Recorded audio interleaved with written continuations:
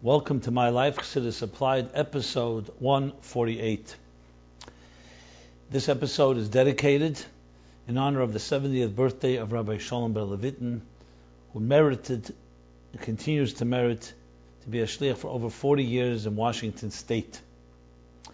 He was also zeiche to go into the Frierdiker Rebbe 12 days before the Histalkus in Yud Shvat in 1950.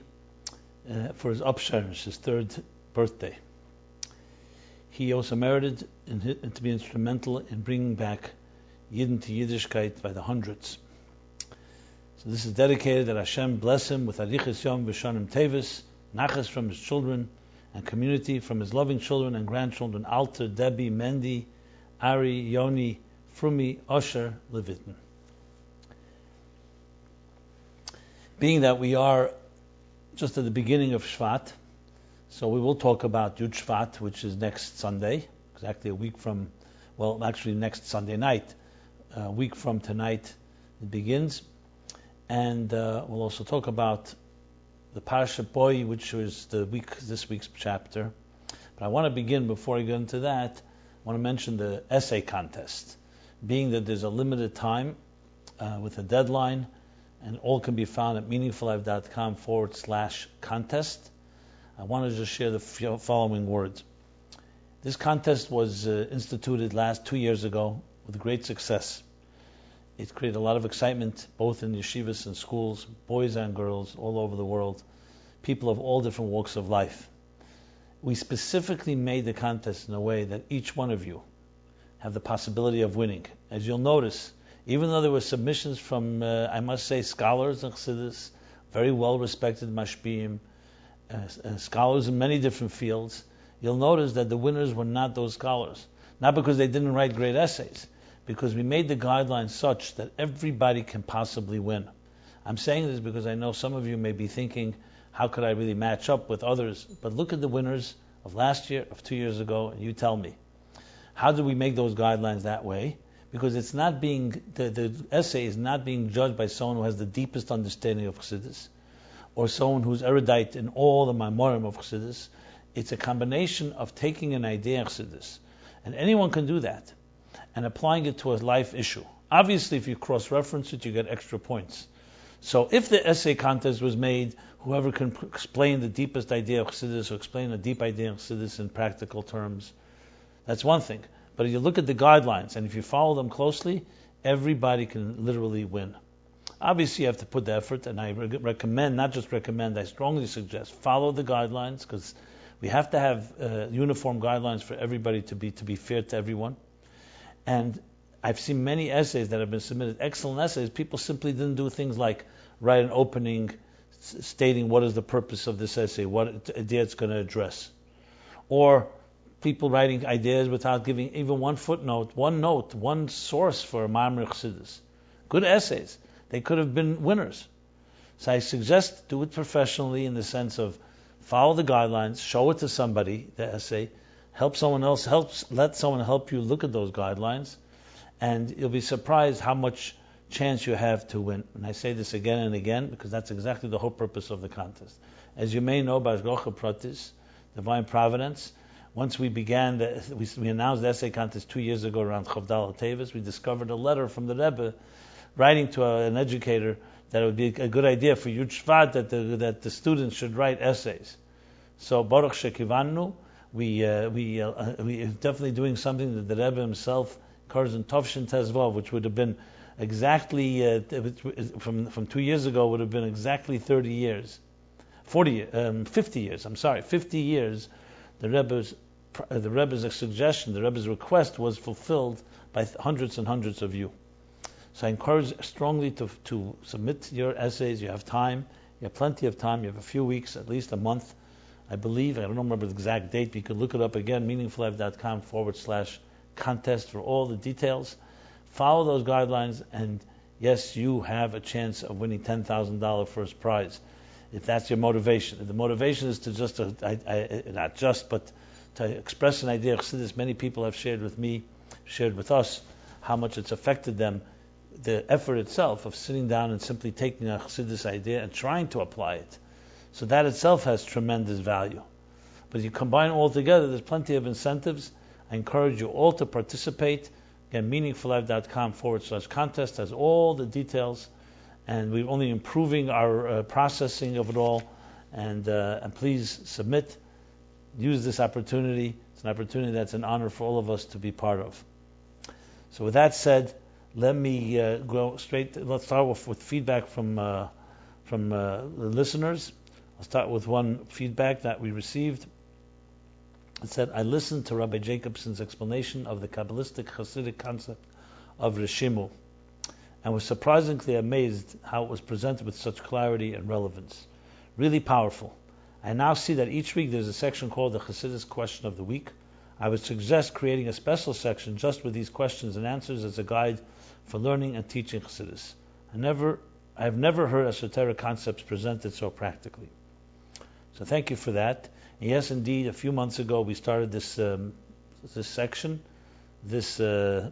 of each week's program, and that's usually at the end. Well, it's always at the end, right before the essays, and that section is dedicated to a Chassidus question. People are submitting questions. In this case, we're still in the middle of discussing what is the Reshimu, which is a Cabalistic, and of course, a concept explained by Chassidus. What is its significance? What is its application? What is the understanding of what its role is?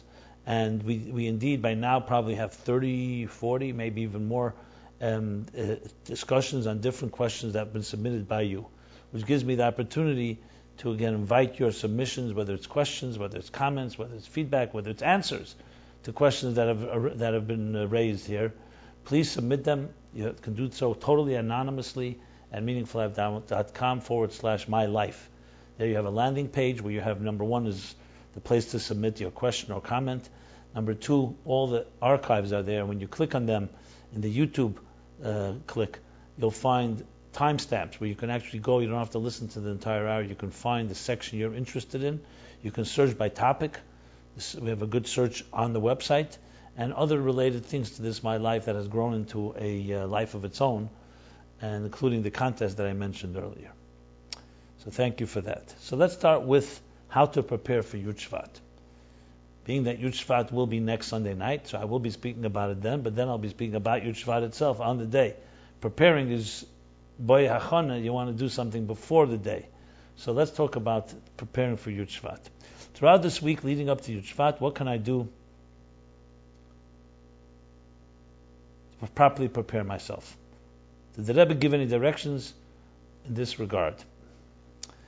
Well, of course, the answer is absolutely yes, and many years. But one specific one, I want to go back 30 years, since it was 30 years for Hey Tevis.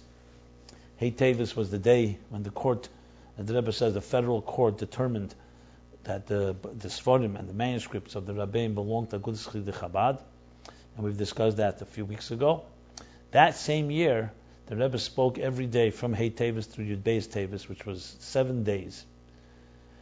And on the last talk, Yud Tevis, was when the Rebbe suggested, being that it's a month left to Yud Shvat, so the Rebbe made Hatzah, suggestion. The suggestion was that everyone should increase in learning Torah and in giving tzedakah in the next 30 days, meaning leading to Yud Shvat. But the Rebbe added something. He said, since it's always good for accountability and to make sure one does it, is to have a Seilach Harav. A Seilach Harav means appoint for yourself a mentor, that to report to the mentor, and the mentor will give a bechina, a test, of how well you've increased in those areas of study Torah and tzedakah. And the Rebbe suggested those there should be 3 bechinas, starting 10, then 10, 10, and 10. The first one should be Chov Tevis. The second should be Rosh Chodesh Shvat, and the third should be Yud Shvat. So 30 years later, Vahi B'Shleishim Shana, you have the directive from the Rebbe. A directive from the Rebbe is Divrei Tzadikim Kayomim La'ad, is a permanent directive forever and ever, including now.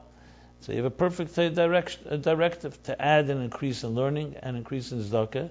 The Kovid Yud Shvat, which is the Yortzeit, the Hastalkos of the Frierdiker Rebbe in 1950.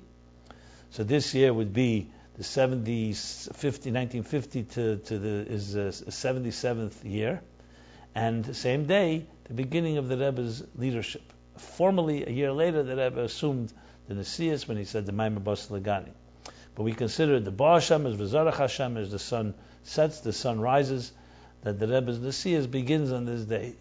So essentially, it's the celebration of the Rebbe's leadership of the Deir HaShvi and preparation for it in this fashion, as the Rebbe said. That's on a very practical level. I would also add, if you go 30 years, let's go back 40 years now, to Tov Lamed Zayin. In Tov Lamed Zayin, Yud Shvat, the Rebbe spoke at length about a topic I've addressed previous month, in the last month or two, and that's the idea of everyone appointing for themselves Mashpiim. So if you want to say L'charav, Shabbos Chazain, Tov Shemem Vov is when the Rebbe initiated that. But almost 10 years earlier, say 10 years earlier, on Yud Shvat Tov Lamed Zayin, following the talks he gave Yud Kislev Tov Lamed Zayin, which we're talking now is Yud Kislev, we're talking the year 2000, now we're 2017. So that would have been 1976, going into 1977. Yud Kislev was usually at the end of the year, in November. And Yud Shvat is usually the beginning of the year. So you would say 1977, 40 years ago, the Rebbe spoke at length, continuing what he discussed on Yud Kislev, and he explained very interesting. Chassidus talks a lot about Eir and Shefa, the difference between Eir and Shefa. Eir being like a reflection from a source to take sunlight. Shefa is a flow that is not connected to the source, but it flows from, let's say, from a giver to a recipient. For example, if you pour somebody water, that would be called Shefa. If it's the rays of sun, that would be called Eir, because it's connected to the sun. And Chassidus explains the advantage of each one. Usually, actually, you'll find the advantages of Eir, because Eir is Me'ein HaMoir, it's similar to the source. Number two, it's connected to the Stovik B'Moir, and many other factors of Eir's Bittel, and total subjugation to its source. Shefa, on the other hand, indicates some type of disconnect, where you're able to go away with something, and you don't need the source there any longer. And it has other differences that Chassidus explains. In Yud Shvat, Tov Lamed Zayin, 40 years ago, the Rebbe explained how Mashpia, the word Mashpia comes from the word Shefa, not Meir, not Moir, not called a luminary, is called a Mashpia. Mashpia has to mean that he gives it over in the form of Shefa, and Shefa is in the form of Islapshus. For example, sunlight, when it shines, so it can shine on a palace as it can shine on a pile of garbage equally, because the light is not impacted and does not apply itself and engage the recipient. When it comes to Shefa, it applies itself and engages a teacher to a student, so the student should be able to take away something and then stand on his own feet or her own feet. So a Mashpia that radiates light is very good, but that's not a Mashpia. Mashpia has to have an impact and engages in a personal, primistic way, which is the mile of Shefa over Eir. Sometimes Chassidus explains that Sevav Kalaman it operates more like Eir. And Malakalaman, because it manifests in primistic way, in internalized, imminent fashion, is more like Shefa. But Eir Hamamala is still Eir. So there's a thing called Shefa where it actually not just manifests inside the containers, but actually imparts something. Imparts a flow that the recipient can then stand on their own feet and continue to be an independent entity, but informed by its teacher and educator and mentor. So the Sikh of Yud Shvat is worthwhile reading. I just gave one kernel of it, but it all goes back to another directive connected to Yud Shvat of both finding a Mashpia and being a Mashpia. As the Rebbe said, then everyone should volunteer and offer their own service if they think they're capable. Even being a Mashpia to one person, to help one person, it's also worthwhile making that effort. So you have Yud Shvat, some of the directives I mentioned. There are many, many more. Obviously, this is a limited forum. We can't talk about them all exhaustively. So I chose a few that are connected to the 30 years ago and 40 years ago. Since we're talking Yud Shvat, Shabbos Parshas Bo was Yud Shvat, the original Yud Shvat, Tov Shin Yud, was the Istalkus was a little after 8 o'clock in the morning on Parshas Bo. And that was the Shabbos as well, that the Maimi Bos Lagani was given out to learn. Little did anyone know that would be the Shabbos, the last Shabbos of Frierdiker Rebbe, B'chaim Chayuse Ba'al Medain, in the language of the Rebbe. And that morning, when the night before, when the Kuntus came out, people noticed that the Yud in Shlita was missing from the Rebbe's name, Frierdiker Rebbe's name. And the Yud Shvat, Tov Shin Yud, the Frierdiker Rebbe emphasizing the letter Yud and increasing its size in the last year from Tafshin Tes and on. You could see actual physical, how the Yud in Yitzchak continues to become larger and larger. And many other Yud connections. The Frierdiker Rebbe, 30 years, 3 Yuds of his leadership from Tafresh Pei till Tafshin Yud, from 1920 till 1950. And many other indicators, besides, of course, the Rosh Hashanah, the Frierdiker Rebbe's name, Yud, Yosef Yitzchak, Rabbi Yosef, Rebbe Yosef Yitzchak. So, on that Shabbos Parshas Bo was the Histalkus, and the Rebbe many times connects Bo with the Rebbe, the Frierdiker Rebbe. And one of the things he connects is, what's the connection? Bo al Pare seems to be a negative thing. Moshe is being told by Hashem, come to Pare. Pare is the ultimate Chanin HaGadol, the great serpent, the source of the greatest clip of the greatest negative energy. Yet we know that everything in the negative is rooted in the positive, and that means everything in Klippa is rooted in Kedusha.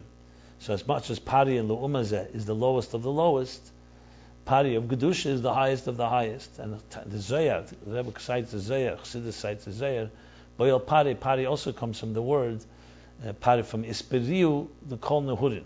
Ispiriu means the explosion, but the expansiveness, Ispiriu, a burst of all the lights, of all the energies.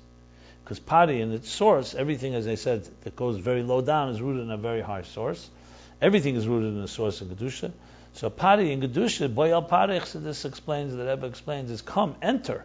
But Pnimius, Boy means not just go, Lech al Pari, but Boy, come. Boy means a bia bepnimius, to enter internally into this burst of revelation, which the day of the Istalkus is Stalik Yikara de Kutshabricha Bakula Alman. The word Istalkus, the Rebbe explains, as it's explained in the Maimer Boseligani, the Maimer that the Frierdiker Rebbe, last Maimer we learned from the Frierdiker Rebbe's Kuntas, they're given out that Shabbos, and the Maimer that Yud Shvat, the next Tafshin Yud Aleph, and every year afterwards, hence, the Rebbe would review that Maimer, the chapter, the corresponding chapter, the 20 chapters going through 20 years, and then beginning the cycle again. So now we're going to be in the 4th cycle, the 7th chapter, Perek Zayin, which we'll discuss next week. So in this Maimer, in the beginning of the Maimer, he speaks about Histalkus. He says, that when a person is Mavarer, refines this world, and fights the Klippa, that with a certain restraint, you don't allow the negative forces to affect you. Istalik, what you draw down, is the level of Istalik Yikara de Kutshabrichu, a level of the divine that's removed from and beyond existent, a transcendent dimension. So Histalkus is not from the word removed as in leaving us, but Histalkus is removed as being beyond us. And we draw that down. So the Rebbe explains that's Ispariyah de Kol Nehurin, that's the power of Boy al Pari and the positive. But we still need to connect it to the practical. Moshe Rabbeinu is going into Pari, not of Gedusha, to the point where Pari was the one that enslaved the Jewish people, and is considered to be one of the first and the worst of all the Goliaths, of all the exiles. So the Rebbe brings from the famous Sikhs, from the famous Zohar rather, that asks the question, why Boy el Pari? Till now is Leah, go to Pari. Why come? Because Moshe now was entering into the deeper chambers, the negative forces of this Pari, and he was afraid. It says that once he saw that, he trembled. He experienced fear. So that's when Hashem said to him, I'll come with you. That's why come to Pari. He said to him, come. Not go, but come. He's saying, I'll go with you. That means Hashem goes. Why? Suddenly here, because when you have to go to such depths of darkness, you have the greatest possible strengths. And that's the reconciliation. You have the greatest possible strength, and therefore you can reveal in the Pari the positive element, the great light and the energy that bursts forth from this source. Even though on an ostensible level it's not revealed. On a very practical and Chassidus Applied level, this lesson is a tremendous lesson in our lives. Because we all have times when things can seem dark, and we have to deal with a Pari, whether it's a physical one or a spiritual one or a psychological one or emotional one, and we're afraid. Fear is a real factor, human factor in people's lives. And so Hashem says, God says, you have a Moshe within you, as the Alter Rebbe explains in Tanya. And there's a Moshe within each one of us, chapter 42, he explains this, and Hashem says, I go with you. When you have these darkest moments, remember, I go with you. I'm not just sending you, I'm with you. And you can enter the deepest idrin, bosed idrin, chamber within chamber, into even the darkest places, because you have the power of the divine. And not only that, not only do you enter and won't be scathed, but you'll come out with even more power than you could ever have imagined, because Pari really contains deep inside, the root of Pari, the bursting of energy. And you see this when people have gone through the fire. People have been hurt. And they went through, like they say, the only way out is through. You can't circumvent. You have to get through it. You have to go through the pain, through the loss, the grief. But you know there's a light at the end of the tunnel. Not only that, you know that there's a force that goes with you. We see a refinement. You can reach a refinement. You can reach a dimension that which doesn't kill you makes you stronger, as they say in the healing circles. This is based on these principles, because you're going in with the divine power that you have, and you're going in and reaching and discovering there's a purpose of going there. You're going to redeem those sparks, discard the negative Pari, and redeem the sparks of achieving and reaching the bursting of energy. And God shall bless us all in anything we may be dealing, any type of challenge, internal challenge, external challenge, that we should actually learn that lesson and connect it to Yud Shvat, which is the Nesius of the Rebbe, the power of the Rebbe being a shliach of the Eibishter, giving us the strength, the divine strength, and telling us here's what you can do about it. So we have that lesson from Yud Shvat and Parshas Bo. With that, let us go into some questions. And I'll begin with, how harsh is too harsh when disciplining students and children? What should parents do when they see educators, teachers, principals that are behaving with too much harshness and even demeaning to their students? Specifically, the students look at these teachers, especially in their formative years, the students that is, and learn from them. So it's doubly problematic, not just what the attitude of the educators is, but also the effect it has on these children as they grow into adults. So let's spell out the question in a little more detail. I wanted to address the issue that I see of why many of the rabbis are held in high esteem in our boys' yeshivas seem to be very hardcore and dogmatic, as opposed to being more accepting and motivating for the Bochrim students. I see it time and time again that the senior role models who are looked up to, features at esteemed events for the students, are held in high esteem, are not the ones who are relating well, understanding, or bringing out the best in many of our students. Please help me understand this phenomenon. I myself have been a victim of this mentality, that it was harmful to one of my children, and know of many other boys who felt hurt by this system. P.S. Even if a boy is not directly hurt by the actions of many of these highly esteemed individuals, being witness to disrespectful or demeaning treatment towards their peers is just as damaging.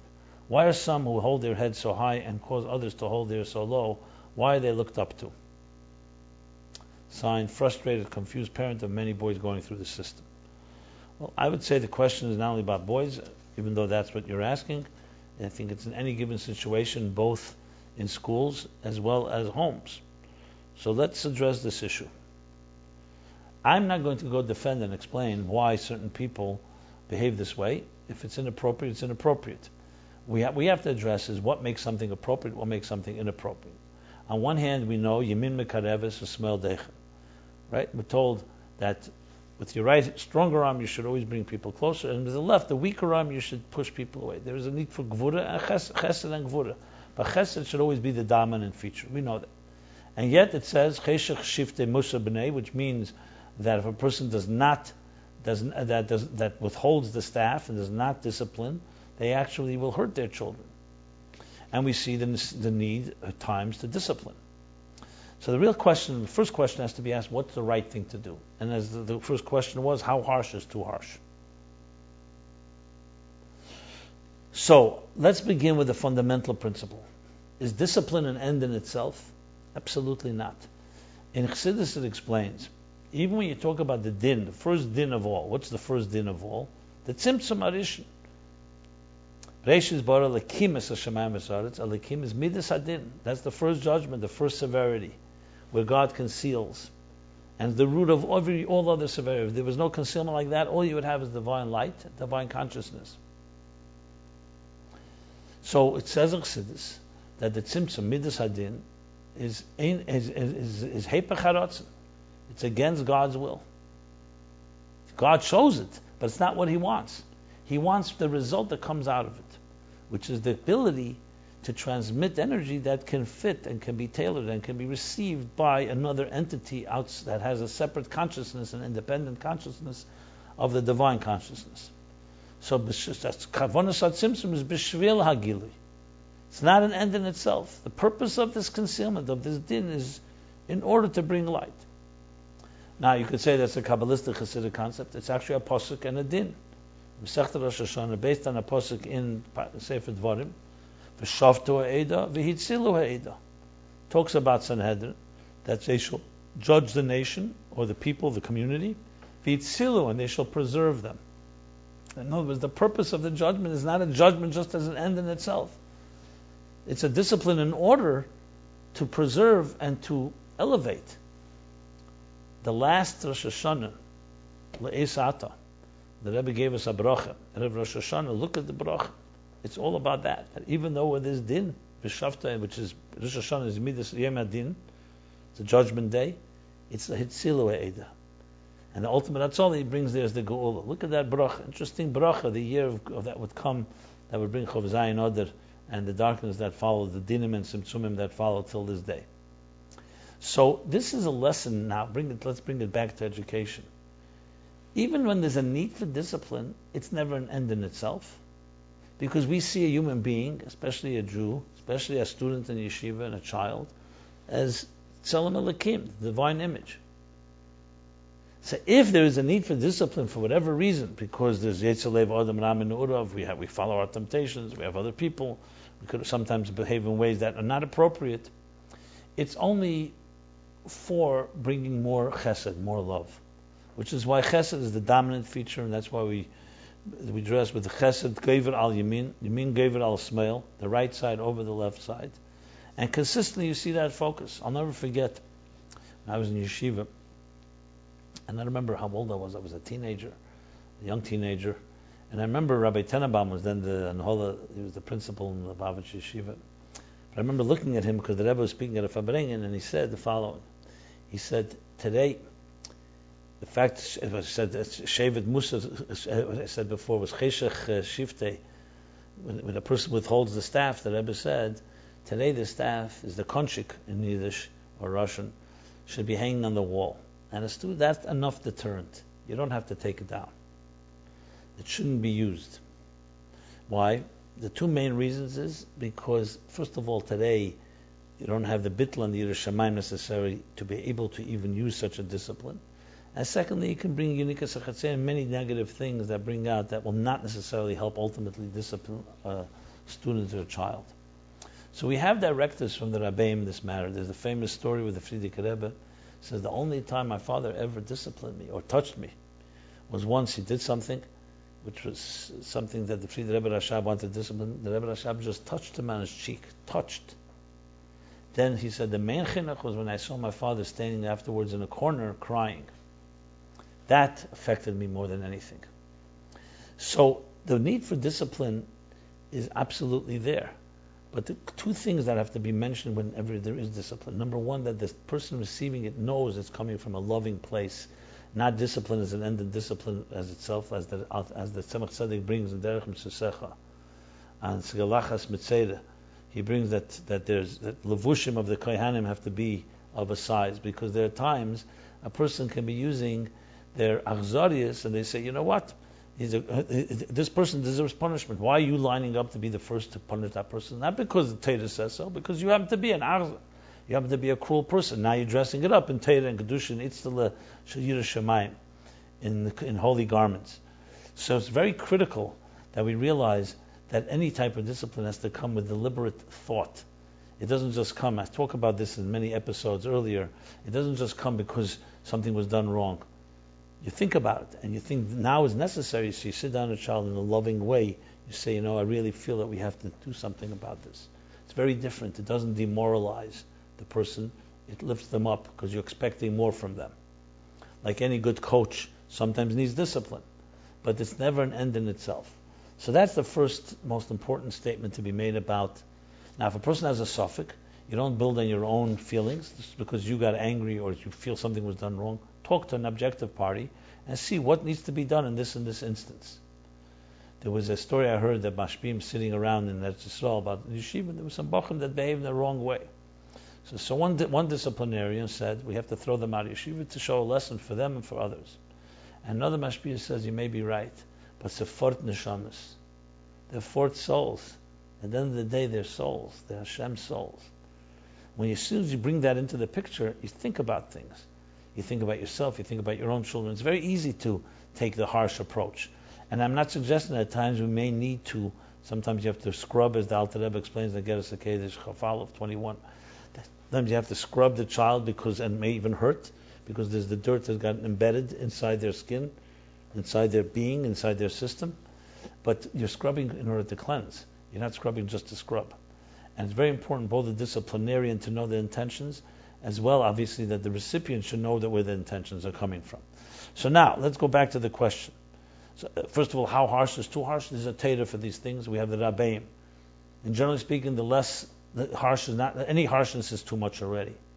It should all be done with love, and should be done in a way that a person, even when there is something, is the minimum necessary, not the maximum, and so on. The famous story with, I think I mentioned it, Rabbi Shalom Bar Gordon, Olav Shalom, the shliach with the Rebbe many years, Arav in Maplewood, New Jersey, the son of the famous Gabbai, Rabbi Yechanan Gordon. So he once asked the Rebbe, the Frierdiker Rebbe, a question: what should be the attitude to a Jew who you see is doing something wrong? Should you ignore it? Should you rebuke him? What should you do? Reprimand him. Frierdiker Rebbe said, when you traveled out of Russia, you traveled through Turkey. Everything is a lesson in life. The Turkish baths, the schwitz, the Turkish the sweat bath teaches us a lesson. What's the lesson? That you come into a sweat bath, and what happens? You go in, and you go into a very hot room with a lot of, whether it's vapor, no vapor, and what happens is it opens up the pores, and the grime begins to ooze out. Then you climb higher because heat rises, and you climb higher, so there's even more heat, so it opens up even the deeper pores, and more grime comes oozing out. And then you come out refreshed, and then you pay or ask the attendant to take the eucalyptus leaves, like a broom, these leaves, and slap you. It does some type of like refreshing, reinvigorating, getting the blood rushing again after a schwitz. Seems to be very refreshing. I've never had an experience, so I can't tell you, but I hear from people, experts, that this is very reinvigorating. So the Frierdiker Rebbe said, what's the lesson? When you meet a Jew that has grime, first thing is warm him up. Next thing is elevate him to a higher level. And then he'll ask you to slap him. Slap, of course, means figuratively to rebuke him in the sense. So that's the Frierdiker Rebbe's approach. And I heard the story a number of times in different ways, different examples. Another example I once heard was that one of the Yid from Yerushalayim came to the Frierdiker Rebbe, to the Rebbe in the mid-50s. And he said to the Rebbe was asking, he came from Yerushalayim, and the Rebbe said to him, so what's the matzah there? He says, it's nice to live there, but it's very hard sometimes to see that some Eden are not yet Shemer Shabbos. And he always wonders what to do when he sees a Id that's not a Shemer Shabbos. So the Rebbe said to him, I once had the similar question. When I was in Leningrad, Frierdiker Rebbe, the Shver, was there. So he's in the first years, from 1920 till 1920. Well, they went there in Tafresh Ayin Vov. But Frierdiker Rebbe became Rebbe in 1920. Until 1924, he was in Leningrad, which was a big city. He says, we used to fabring with the Shver. It was a very inspiring, he said to us. And we'd go home. In Leningrad there were many Jews, many different types of Jews. Socialist Jews, other Jews. Not all were at least on a revealed level, Shem L'Teira mitzvahs. So the Rebbe said he asked the Frierdiker Rebbe once, what should you do if you meet a Jew smoking on Shabbos? Especially coming from Fabring, and you have all this passion and excitement and fervor about Yiddishkeit. Frierdiker Rebbe said to him, the Rebbe said this to the Yid from Yerushalayim, he said, you go over to him, and you say to him, a heartsick environment, good Shabbos. Say a heartfelt and warm, good Shabbos. That will do its magic. The Rebbe didn't say that. I'm just adding that point. So we have to know and be very careful when it comes to rebuke. when and how and so on. There's halachas for this, of course. But today especially, because of Teneka Shenishbu, because so many people are simply not aware. Even those aware, questions what will have most effect, it has to be done Gvura Shebechesed, not never Gvura as an end in itself. So now about the people who don't behave that way, if this is indeed the standard, they don't behave that way, they're not living up to what the Rabbeim said, and as simple as that. So they're doing wrong. Obviously I can't speak what they did, because based on this letter I don't know exactly what you're referring to, how they're demeaned and so on. But if indeed they behaved in this way, it's unacceptable. What to do about it? Well, you have to find sensitive ways, because if you confront, sometimes it can make things worse. You have to find sensitive ways to communicate with them. You have to find sensitive ways to reach to them, maybe through others, and definitely not in a confrontational way, because that, as I said, can cause more problems. But I'm not going to justify that the people looked up to that I don't respect, and especially when you know a lot about them, the fact they look up to people not based necessarily on reality. Or there may be good qualities that they have, and they have other negative qualities. Each case has to be looked at as an end in itself. There's no black and white story. So you can have many people that are very special, and they may have a little mean streak, or they may have another thing. So there's ways to address that. I didn't say it's easy, but it's always best to find some peers, someone that can speak to someone in a roundabout way, because anybody who behaves in a demeaning way or in a way that's insulting or shaming others is obviously not going to just take lightly and say, yeah, okay, you're right. They'll become very defensive, and they'll become protective, and they'll give excuses and so on. So you want to really know how to do that, which is its own art, its own tactfulness. But never, I'm not suggesting compromising anything on that level. Okay. Next question.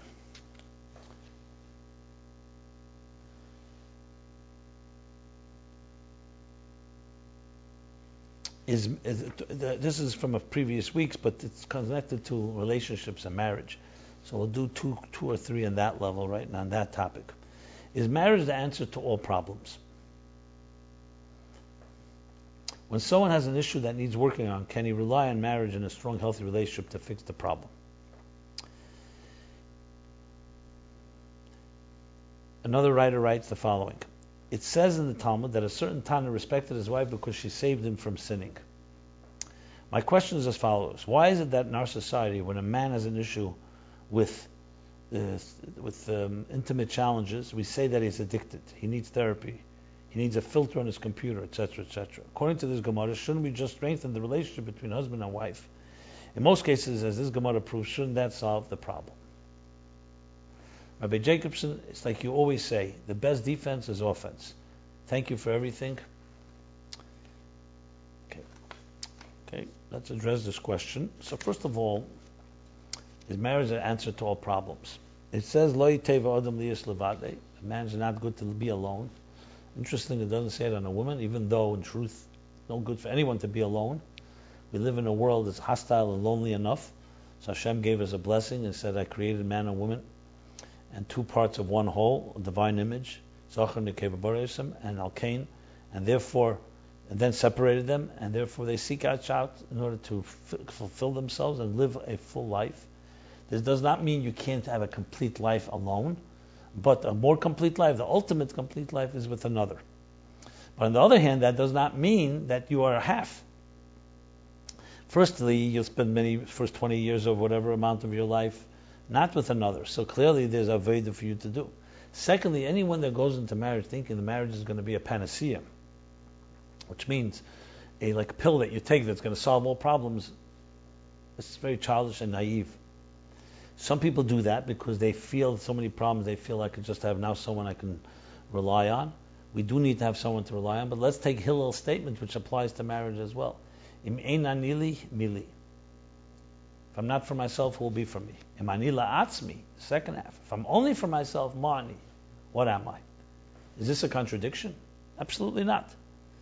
It's understanding that each of us has a role to play, and then realizing, and therefore can't depend on someone else to do your job.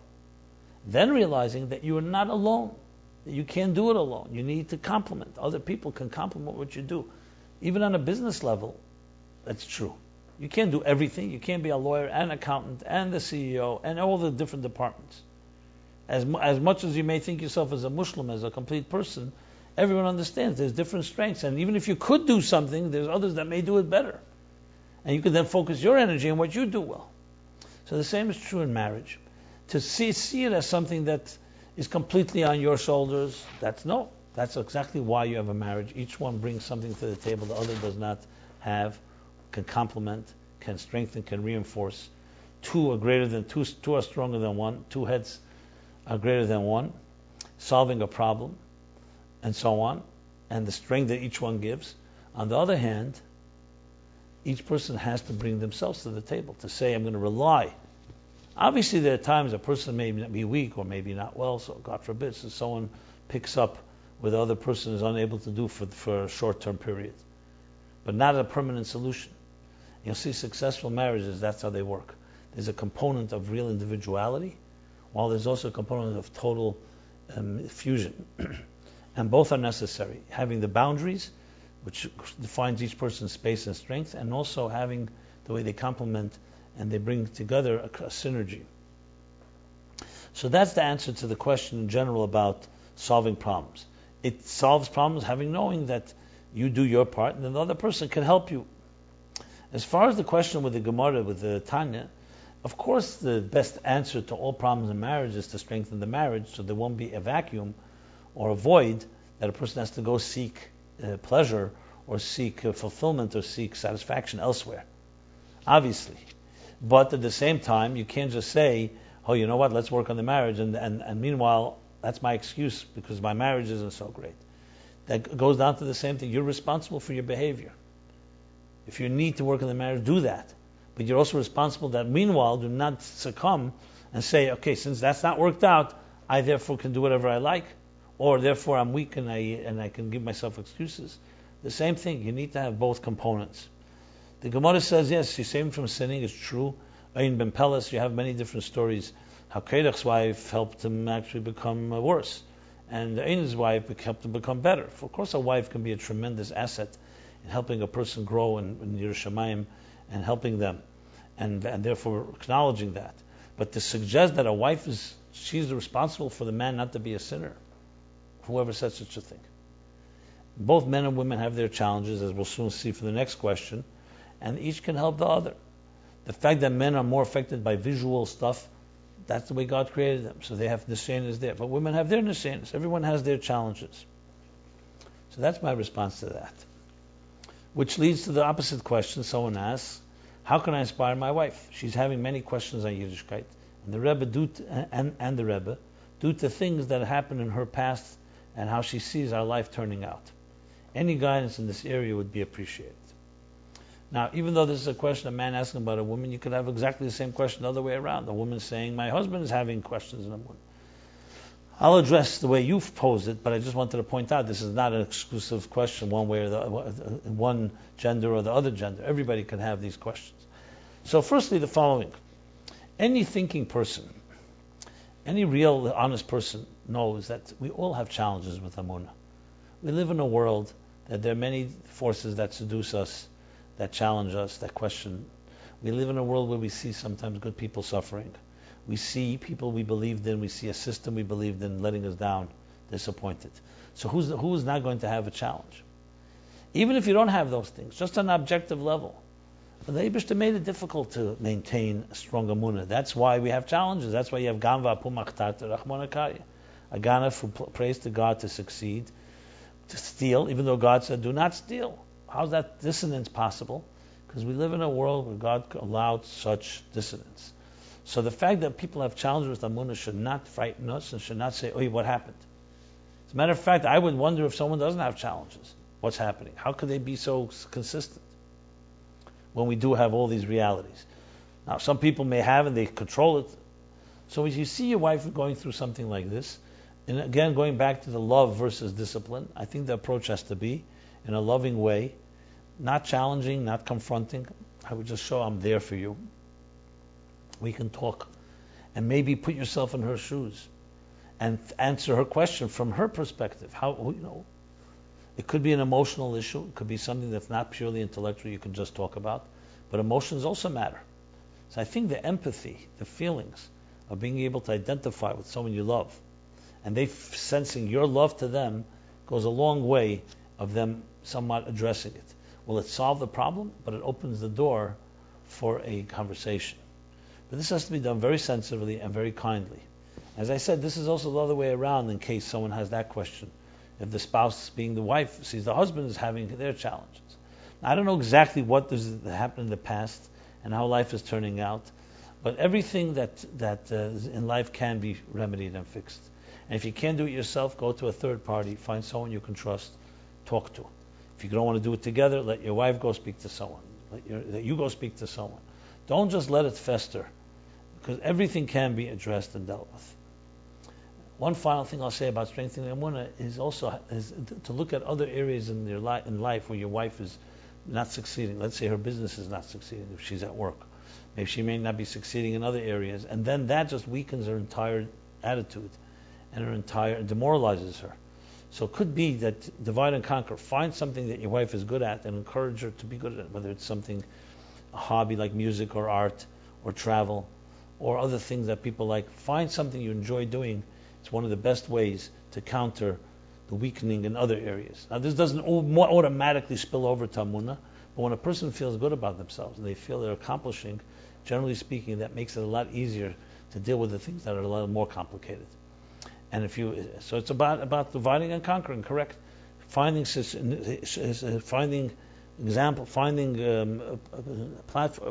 outlets where a person can find the strength to build up their self-esteem, their self-confidence, and that always helps toward building also emunah with Hashem, with God.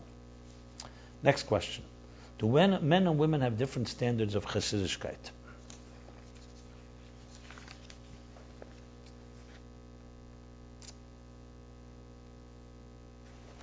Okay, there are instances in which it seems that depending on whether a man or woman is the one involved, standards are regarded differently. Is there credibility to this rationale? Or are the standards unvarying whether it's regarding men or women? It seems to me there are different standards of chassidishkeit when it comes to men and women. For example, while it would be considered not chassidish for a man, bocher, to wear colored shirts or anything other than black pants, girls wear whatever they think looks nice as long as it covers their elbows and knees, etc. So are there different standards? Well, the answer is absolutely no. There's differences between men and women, but the standards are the same. Let me explain what I mean by that. Generally speaking, standards are two things. Number one is there's an absolute standard that the Torah, or let's say in any moral system, establishes this is the standard. And there's others how you apply that standard. Now, obviously, a 5-year-old child is going to apply differently than a 30-year-old. A kohen priest is differently than a regular person because he has different responsibilities. Everybody in their responsibilities has to apply that standard. So, with that attitude in mind, let's put it this way. Let's take dress. You shall walk with modesty before God. This is actually stated for a kohen. Everyone thinks tznius is a feminine thing. Tznius is for everybody, men and women. And it's not only in public and what you dress, but also in private when you're taking a shower or you're alone. And it's not just how you dress, it's also how you behave, your body language, your demeanor, and so on. So when you broaden it in that sense, there's a standard. Now, what is the standard? It says a woman shouldn't wear a man's clothing, a man shouldn't wear a woman's clothing. So women have the clothing they have to wear, men have to wear. Each one in their own way has to be modest. To say that one has a higher standard of modesty than the other, whoever said such a thing. Some women will actually argue that men are not as careful with tznius as they're told to be careful with whatever they have to be careful with. The answer is modesty is a standard that has to be applied to each given situation. When you take a shower, you don't take a shower in clothing. And yet there's still a way to be more tzniusdik in a shower than none. No one's watching except Hashem. So what does that mean? But you're standing naked without any clothing on. But in the shower, that's all right. That's what you're supposed to be doing. But there's still standards. When you're walking the street, you're not walking naked, God forbid. You're walking with clothing. But there's also a standard of how to carry yourself, even if you're wearing tzniusdik clothing. You could also behave in ways that are not modest. So Who decides these things? These are standards determined first in Shulchan Aruch, secondly in Minig Yisrael and customs. The fact of the matter is that for men, Chassidish men and Bochrim, the standards were established certain type of garments. And yes, in yeshiva there is the more black and white look. That's been established. Is it a mitzvah sesa daraisa? Doesn't say anywhere that, but it's a standard that's been established. Just like you have uniforms for boys and girls in their schools. Once you get out of school, why don't you wear a uniform? Because you're no longer in school. And yet there's still standards. The standards then are fitting to what's expected. It doesn't say anywhere a woman should not look beautiful. It doesn't say a man should not look handsome, shouldn't look good. But there are standards that are accepted. The fact that you're bringing that a woman can wear whatever they think that looks good, that's not the point. The point is the standards of modesty allows a woman to do that. You can ask a question, why? But that's not because they have less modesty. And the fact that men have more guidelines regarding wearing black pants or white shirt is also not etched in stone. That is the standards that's accepted in some communities. So you have to look at it that way, not that everybody has to look alike and not everyone has to do the same thing. Women wear shaitels, men don't wear shaitels. A man wears a yarmulke. Women can grow their hair long especially when they're single. And men don't grow their hair long. Men grow beards. And each one in their area has to be the modest and the highest standard of modesty that is fitting to them. That's how you have to look at it. And when you go with that approach, then you don't have this whole issue. It's something we spoke about in the previous weeks about men and women. They're different but equal. It's different standards. I should correct myself, not different standards. It's different people, so the same standards, but in different fashions based on what fits to them. I think that really adequately answers the question, but if you want to follow up, please feel free to do so. Let us go now to one follow-up. It's a long letter, which I'm not going to read the entirety, but I'll give you the gist of it. It's an issue that I'm sure many of you deal with. And that is the question of the vaccines. It's a follow-up to episode 146. Dear Rabbi Jacobson, let me just make sure. Yeah. Dear Rabbi Jacobson, I am perhaps your biggest fan. I've watched every episode of MyLife from the very beginning and many of your Wednesday night classes, plus others on YouTube. I appreciate your willingness to put yourself out there for the benefit of the community. And I'm forever grateful that you do what you do with a continuous sense of responsibility. I'm quick to recommend you whenever someone tells me that they have a difficult or complicated issue they need advice for. Okay. All that said, after listening to the most recent episode where you addressed the vaccine question, I am troubled and disappointed. I know I cannot expect you or anyone to have all the facts on this issue, since unless you know where to look and what to look for, this issue seems very black and white. But being that you are a person with a voice and people listen and look up to you, I am a bit disappointed that your answer centered on only one side of the debate. I will tell you that I do not vaccinate my children. While I believe Hashem gave permission to doctors to heal, this specific issue of vaccination is different than all other issues of health. Please bear with me while I explain why. The doctor's mantra towards nervous parents is that the risk of vaccinating is minuscule compared to the risk of not vaccinating, that the benefit outweighs the risk, and that vaccines are safe and effective. When I looked into it, which took months and months of sitting and doing nothing else, I found that these two mantras are not true for everyone. I am sure you know the shots are a one-size-fits-all dosage unlike any other medicine. A newborn baby of a few pounds, a healthy adult, and an elderly person all receive the exact same shot. How could this be safe? Just a small example, the amount of aluminum in a vaccine injected into an infant or the elderly many times exceeds the safe amount of aluminum cited by their own science. The letter goes on to describe all the downside and the negative and the destructive elements of vaccination. I fully admit to wasting much time looking into all sides of this issue. I love our family doctor and he is flexible with us. I am grateful to him each day, and he and Hashem, of course, gets the credit for my family's health. It's not the doctor's fault that the head doctors on the vaccine committees, the CDC, the politicians have been covering up corruption for many years. He goes on to talks about all these issues regarding vaccination. And so what is the conclusion? Obviously, I'm limited here and cannot go into every side in detail of this issue, but if you're further interested, I can continue another time. So the person gives me a few. This writer also suggests a website, I believe I read here, for more information. But the bottom line is, let's get to the question. So the question here is, perhaps you haven't heard mothers tell their stories of how their children become brain damaged from a vaccine. Some of my friends have these stories. They are hair-raising. Their doctor agreed that their child suffered encephalopathy as a vaccine reaction. I'm sorry if I didn't pronounce it right. Encephalopathy. This email has gone on much longer than intended to, but I hope it's been at least an eye-opener. I don't plan to change anyone's mind, but I asked for the freedom to choose at the very least of what I think is the right way to keep my children healthy. Am I putting others in danger? I'm confident that despite what the CDC would have you believe, the answer is no. Healthy, unvaccinated children are not walking around spreading diseases. Healthy children are able to fight viruses and diseases like anyone else. On the contrary, many of the vaccines are like viruses which make the virus able to spread from person to person.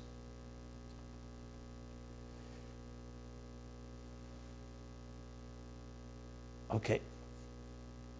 Here's the website. Lastly, there's a website, enrichedparenting.com, that covers all the different issues in vaccination. Although I can't say I 100% agree with everything they say, they have letters signed from the Rabbanim of Lakewood saying the children must not be excluded from yeshiva for being unvaccinated. I think their reasons are very valid. I hope you take the time to read this and look into some of the other things I mentioned. I know it's not something that can be investigated on one foot. Also referring to letters from the Rebbe on vaccination, I'm just selecting sections from this, mainly polio circa 1950. The Rebbe says we should check on the safety of the manufacturer and take the vaccine without worry. The Rebbe also says we should not separate from the community in this regard. I asked my Mashpia because the circumstances have majorly changed, as there may have been more shots added to the vaccine schedule since then, certainly since the 1980s when I was a young child, and she answered me to be doing what I do. Thank you, Rabbi Jacobson. I don't think you can possibly read this letter aloud or to yourself, as it is so long. But I'd like to remain anonymous. If you decide to read some of it, this is just a short summary of the things I would like to respond. Okay, so the question really is presenting the other side of the case. I mentioned, and I don't see a contradiction to this letter as long as it is, and as valid as it is, to what I discussed. We have a Torah for this reason. Why do you think we need a Torah? Because precisely there are situations that are not black and white. And some people argue like this, some people argue like that, and both may be right. So how do you determine? So I suggested, the question then was asked by a community where some people were not vaccinating their children and putting to danger that the other parents felt that they may be becoming unvaccinated and have some illness or chickenpox or something, or measles that may spread. So my suggestion was, being that yes, that they could be putting in danger others, you have to ask doctors and you ask Rabbanim to determine that. So I stand by that. Even if you're correct that vaccination is causing more damage than it helps, but if indeed most people are vaccinating their children, as much as you don't like it, that may be what's going on right now. And if the unvaccinated child is putting them in danger, or the other way around. Obviously, if you could change the world and everybody stops getting vaccinations and you get rid of all these diseases in the first place, it would be a different question. So I think we have to understand the facts on the ground. I'm not here to make a decision that vaccination is good or bad. It's one of the medical breakthroughs that some say is good. Maybe in some cases you must have it. Maybe in some cases it's overdone. All accepted. I'm not making a case here for vaccination. That's not the forum of MyLife, Chassidus Applied. Here it's a forum. I said then that I don't like to talk about halachic questions, but this one I spoke about because it has both halachic and hashkafa issues, which is the responsibility we have to each other. And I think if we don't go with extremes, and we don't go with one extreme or the other, we can sit down civilly, talk about it, you can come up with an answer. I would do so with reasonable rabbonim and doctors and discuss it. Now you may have two people have very different opinions, so you have to come to some consensus to determine what to do in a circumstance with that school that's in mind. So I appreciate your letter. I read some of it. The case is clearly made by many that vaccinations can be problematic, and in some cases proven to be so. But there is a debate on the matter in some areas for sure. There are sure gray areas, and the real question is, what do you do in a school where some are vaccinating and some are not? How do you deal with that? This is not unprecedented in halacha when you have two different standards. Let's argue, say, they both feel this one feels vaccination is necessary for the health of their children, this one feels non-vaccination is for the health of their children. They come together in the same class. That's a halacha question, which I'm not going to rule on. That needs to be addressed by the circumstances, with doctors involved, with rabbanim involved. So I appreciate your letter, and as always, please submit your questions at meaningfullife.com/MyLife. Let's now go to the Chassidus question, which we are in the middle of discussing. This is part 3 of a big discussion on the Reshimu. Reshimu literally translated, I translated impression. It could be translated trace. It could be translated residue. But all these translations are actually inadequate. That's why we have Chassidus talks about it. So I already addressed this in part 1 2 weeks ago, part 2 last week, and now we're in part 3. So let me sum up where I'm up to, and then move on. And hopefully maybe another part, maybe part 4, maybe part 5, trying to cover it in a thorough way because it's a big topic. And frankly, as I've been doing my research, I've discovered real chidushim as how in each generation the Rabbeim actually added to this. And you literally see a Cabalistic concept evolving. When I say evolving, not in the literal sense evolving, but evolving in its appreciation, understanding of it generation after generation, and the implications that we've been discussing as well. So what have we talked about so far? In part 1, I did an overview of the Reshimu, its sources, its significance, and essentially emphasizing the main point. The Reshimu is a statement made by the Arizal, hinted to in Eitz Chaim and Eitz Chaim, more specific, and especially in the Kabbalah of Rabbi Yisrael Sarug, and you could find it in Emek HaMelech. I mentioned the Migdash Melech on Zeir Tezvav Amar Aleph, Zeir Chelik Aleph Tezvav Amar Aleph. I'll already give other sources. Shever Yosef from Rabbi Yisrael Sarug, Mayan Chochmah, Limud Atzilus, which we'll talk about as a controversial sefer, which says it's associated to Rab Chaim Vital, but the truth is it appears to be simply a summary of the Emek HaMelech, and other Kabbalistic sources, especially coming from the Yisrael Sarug school of Kabbalah. And elaborate more on this Reshimu. But what is its significance? Is that there was no such thing as complete, total, utter black hole, concealment. Even when the divine concealed the divine presence and consciousness in order for existence to emerge, as the Eitz Chaim puts it, that did not, besides the fact that it's not Simson Kipshute, as we discussed, not literal, it was also done in a way that the Reshimu remained. And now we're talking about the Reshimu, we're talking about the Tzimtzum. The Tzimtzum we're all familiar with in Eitz Chaim, the Tzimtzum that left the Chol Mokamponi, the Eifin Shel Igul, like a circle. We will discuss other forms of Reshimu, but that's the one we're discussing. Its significance is that even post-Tzimtzum, we have pre-Tzimtzum consciousness. So there's not a complete disconnect and dissonance, which means we can connect to the highest levels of divine. The Reshimu is a key to get there. So you may ask, isn't that the Kav's role? The Kav, which is the thread of light that draws the light. We'll discuss this more at length, but the Kav does so through light. And the Reshimu does so through Kalim. It's the root of the containers. Sometimes referred to as Eishi, as the letters. And the Reshimu is something left over from pre-Tzimtzum. The Kav, you don't say that. The Kav, you don't say, was not left over from pre-Tzimtzum. Everything was concealed. As a matter of fact, the Eitz Chaim asked the question, why did not leave light, just a thin ray? And said, because there would never be room for containers. So you have to have a complete concealment from the perspective of light. But perspective of the containers, paradoxically, there remains this impression. That was what we discussed in part 1.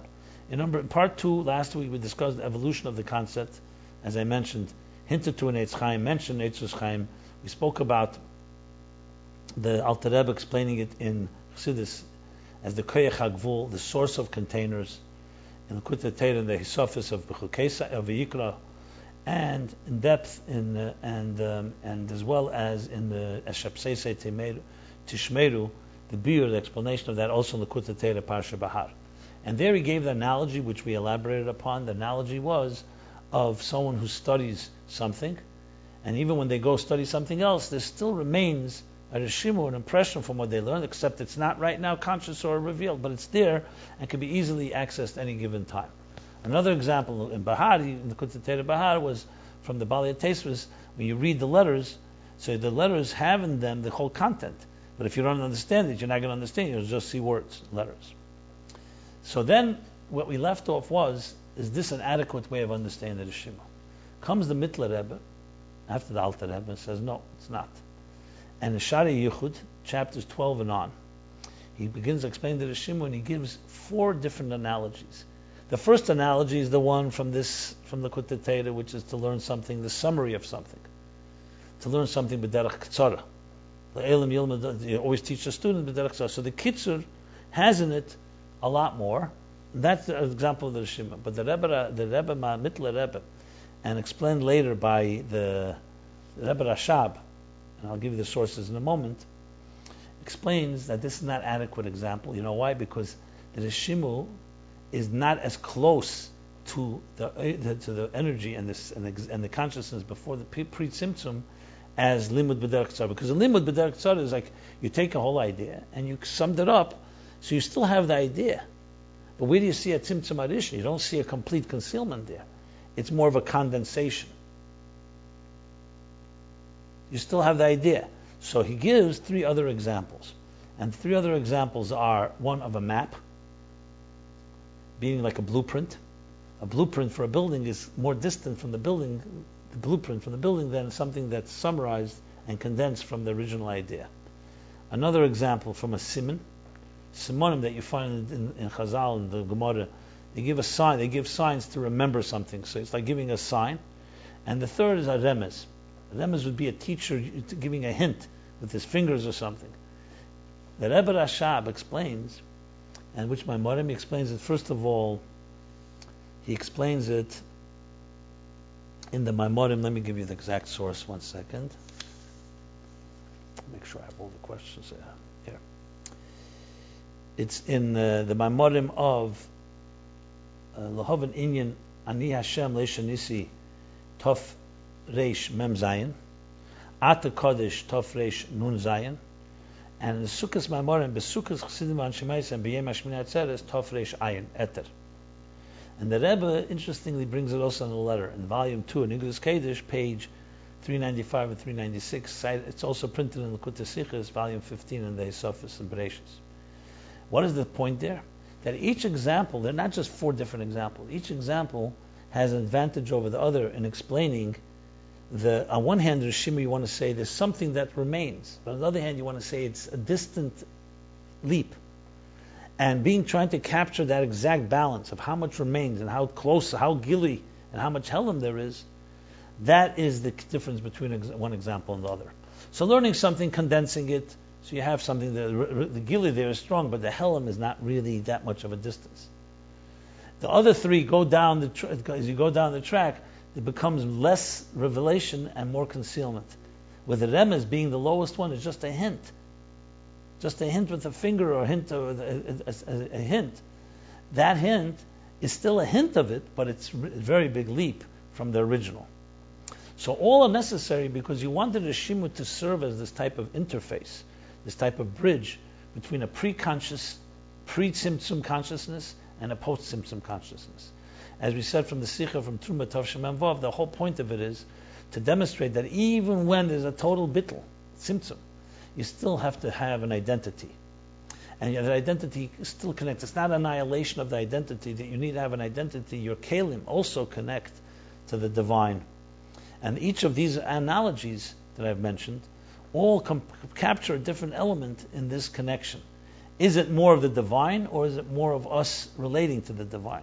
Because in any interface, that's the question. Is the I there in a stronger way, or is the divine there? You can't have total divine because that annihilates the I, the self.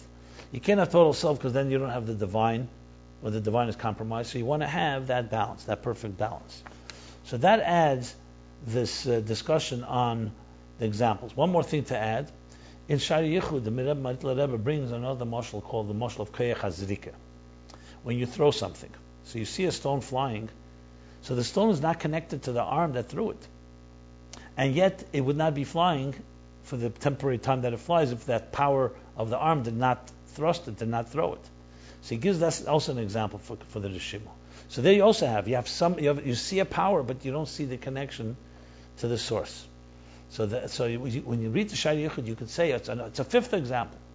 The Rebbe Rashab and the Rebbe in his letter make it clear. No, Keich Zich is a general example in the Reshimu, not a specific level. Just a general example to explain how the Reshimu functions. So it reveals to us that element that it's a power that comes pre-tzimtzum. So you see the letters after the tzimtzum, but you don't see how they connected to what was there pre-tzimtzum. So that adds that. So we'll stop now with that was part 3 of this discussion of Reshimu. As I said, there's a lot more to talk about, and the ultimate bottom line implication that we continuously focus on, it means that even the kelim, even the containers of our lives, not just the energy, not just our souls, but also our bodies and the containers with which we work, also have pre-tzimtzum consciousness within them that we can access. But we'll still more to talk about. The next chiddush would be the Rebbe Marash's chiddush. That is that the Isi said the tzimtzum didn't affect them, and how the Cabalistic disagreed, and we're going to discuss that further as we develop this idea. So that covers part 3 of this Chassidus question, and very interesting things that come out of it. Let's go over to the essays, and with that we'll conclude the essays, the 3 essays, and all 3 are wonderful essays, and which leads me again to remind you about the essay contest. If you haven't heard me say it before, I say it again. Everybody can win. You follow the guidelines, you're able to win. Now, obviously, there can be one winner. There are 3 winners. One $10,000 first prize, $3,600 second prize, and the $1,000 third prize. But the guidelines are made specifically to equalize the playing field, that everybody can potentially win this contest. So the 3 essays, this is from last year's contest still. One is called Transforming Insecurities by Freda Glasner, 20 years old, Shlucha Machon Alta, Montreal, Canada. She begins by saying, it is frustrating. As I go from one stage in life to the next, I feel that I have lost my footing. Here I'm being transformed from a student in high school into a counselor at a camp for teens. From one responsibility to the next, I feel that the unknown is before me. I feel for the first time in my life insecure in my future. What does it hold? Will I find tranquility? Will I find my place? This is a 20-year-old writing.